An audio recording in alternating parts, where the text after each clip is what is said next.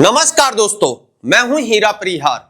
क्या भारत युद्ध की तैयारी कर रहा है या फिर दुनिया को अपनी ताकत दिखाने का यह सबसे बड़ा दांव है? 1 फरवरी 2026 की दोपहर को वित्त मंत्री जी ने एक ऐसे नंबर को पढ़ा जिसने चाइना के बीजिंग से लेकर पाकिस्तान के इस्लामाबाद तक के खलबली को मचा के रख दिया।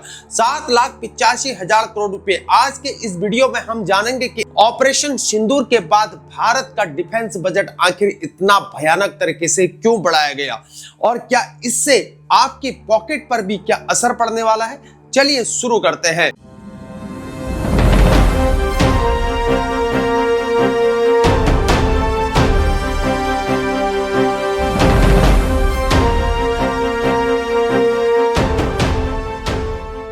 क्या भारत एक महाशक्ति बनने की आखिरी सीढ़ी चढ़ चुका है? दुनिया की नजरें सिर्फ एक ही आंकड़े पर टिकी है, वो है भारत का डिफेंस बजट। 7,85,000 करोड़ रुपए और पिछले साल से सीधा 15% का ये उछाल। पाकिस्तान के साथ हुए ऑपरेशन सिंदूर के बाद क्या ये भारत का क्या करारा जवाब है? क्या अब हम सिर्फ हथियार खरीदेंगे नहीं बल्कि घर में बनाएंगे भी? आज के इस वीडियो में हम डिकोड करेंगे डिफेंस से लेकर एविएशन और पर्यावरण तक के बजट का हर वो डेटा जो आपको जानना बहुत जरूरी है। सबसे पहले बात उस आंकड़े की जिसने सबको चौंका कर रख दिया है। 2026-27 के लिए डिफेंस आउटले को बढ़ाकर 7,84,678 करोड़ रुपए यानी कि 7.85 लाख करोड़ रुपए कर दिया गया है। पिछले साल यह 6,81,210 करोड़ रुपए था यानी 6.81 लाख करोड़ रुपए था। यह सिर्फ पैसा नहीं है, यह सीमा पर तैनात दुश्मन के लिए एक चेतावनी है कि भारत अब अपनी सुरक्षा से कोई भी समझौता नहीं करने वाला है। कैपिटल खर्च 2,19,306 करोड़ रुपए यानी कि मॉडर्नाइजेशन आधुनिकरण में 2.1 लाख करोड़ रुपए, 21.84% की भारी बढ़ोतरी। ये पैसा नए फाइटर जेट्स, सबमरीन्स और ड्रोन्स यानी कि यूएवीज खरीदने में जाएगा। वह रेवेन्यू का खर्च 5,53,668 करोड़ रुपए जिसमें एविएशन फोकस में अकेले एयरक्राफ्ट और इंजनों के लिए 63,733 करोड़ रुपए आवंटित किए गए हैं और डेली ऑपरेशन में 3.65 लाख करोड़ रुपए सेना के रोजमर्रा के खर्च के लिए, गोला बारूद और ईंधन के लिए। इसके अलावा पेंशन्स में 1,71,338 करोड़ रुपए यानी कि 1.71 लाख करोड़ रुपए हमारे वीर रिटायर्ड सैनिकों और उनके परिवारों के सम्मान के लिए। ये इस बार थोड़ा बढ़ा हुआ है लेकिन हमें यह लगता है कि ये फिर भी कम है। जहां हमारा डिफेंस बजट 2013-14 में 2.53 लाख करोड़ रुपए हुआ करता था, लेकिन आज 2026 और 27 के बजट में यह बढ़कर 7.85 लाख करोड़ रुपए हो चुका है। रक्षा मंत्री राजनाथ सिंह जी ने साफ कहा है कि यह एक बजट सुरक्षा, विकास और आत्मनिर्भरता के बीच एक परफेक्ट बैलेंस करता है। इस बजट में रक्षा क्षेत्र के लिए 7.85 लाख करोड़ रुपए का प्रावधान किया गया है। ऑपरेशन सिंदूर की ऐतिहासिक सफलता के बाद आए इस बजट ने देश की रक्षा व्यवस्था को और मजबूत बनाने के हमारे संकल्प को सुदृढ़ किया है। यह आवंटन पिछले वर्ष की तुलना में 15% से भी अधिक है, यानी इस बार भी केंद्रीय बजट का सबसे बड़ा हिस्सा रक्षा मंत्रालय को मिला है। इस वर्ष हमारी सेनाओं के ओवरऑल कैपिटल एक्सपेंडिचर के लिए 2.19 लाख करोड़ रुपया का प्रावधान किया गया है और इस बजट का सबसे महत्वपूर्ण पक्ष हमारी तीनों सेनाओं के मॉडर्नाइजेशन का है और इसके लिए इस वर्ष 1.85 लाख करोड़ रुपए की प्रावधान की गई है, जो पिछले वित्त वर्ष की तुलना में लगभग 24% अधिक है और इस वृद्धि के परिणाम स्वरूप हमारी सैन्य क्षमता और अधिक सशक्त होगी। भूतपूर्व सैनिकों और उनके परिवार के कल्याण के को भी इस बजट में प्रमुख स्थान मिला है और young serviceman contributory health scheme के अंतर्गत वर्तमान वर्ष की तुलना में लगभग 45% की बढ़ोतरी करते हुए 12,100 करोड़ रुपए का प्रावधान किया गया है। कुल मिलाकर यदि मैं कहूँ तो यह बजट सुरक्षा, विकास और आत्मनिर्भरता के संतुलन को मजबूत करता है। मैं देशवासियों को देश हित में पेश हुए इस बजट पर हार्दिक बधाई देता हूं। लेकिन असली मास्टर स्टॉक भी यहां पर छिपा हुआ है, वो है कस्टम ड्यूटी एग्जम्पशन में।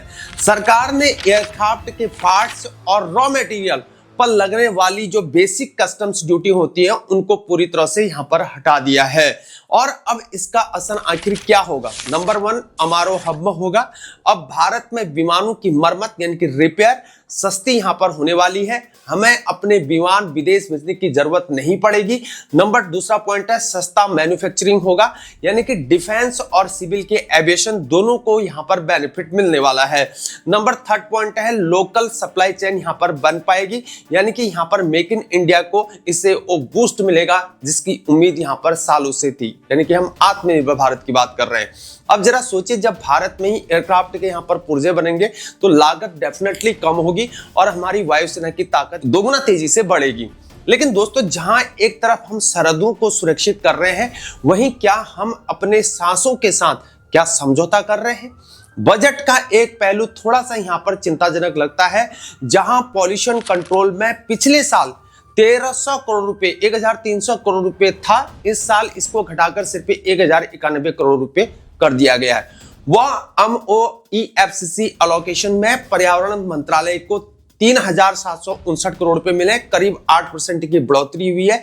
लेकिन यहां पर ऐसा लगता है कि जलवायु परिवर्तन, हम बात कर रहे हैं क्लाइमेट चेंज की, उनके खतरों को देखते हुए ऐसा लगता है कि ये ऊंट के मुंह में जीरे के समान लगता है। मिसाइल से हमें दुश्मनों से तो यहां पर बचा लेंगे, अगर यहां पर हवा ही जहरीली रही उससे जीत का जश्न कौन मनाएगा? तो लबोलबाब यह है कि यूनियन बजट 2026 भारत को एक मिलिट्री सुपर पावर बनाने की दिशा में सबसे बड़ा कदम तो लग रहा है। जीडीपी का 11% अब डिफेंस के नाम पर है।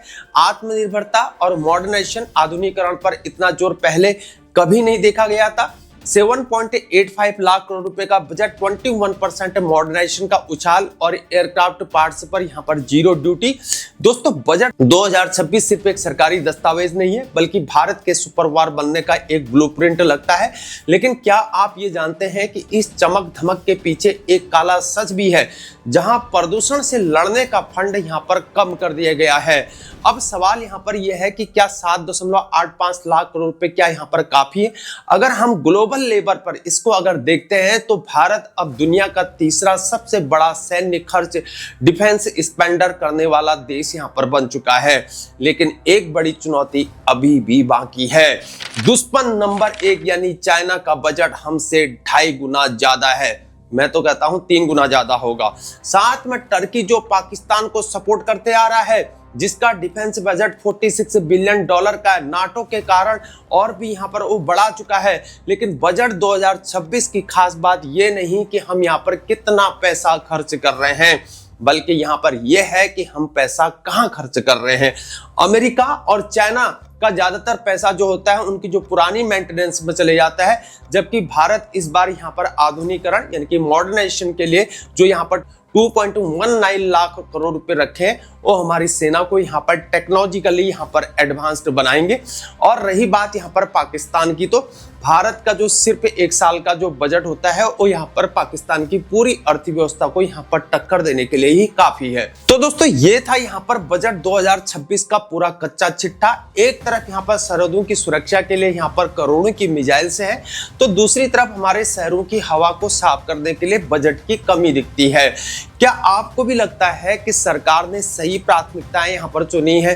क्या आपको यह लगता है कि डिफेंस बजट में 15% का उछाल, ये बढ़ोतरी भारत को चाइना और पाकिस्तान के मुकाबले क्या अजय बना देगा?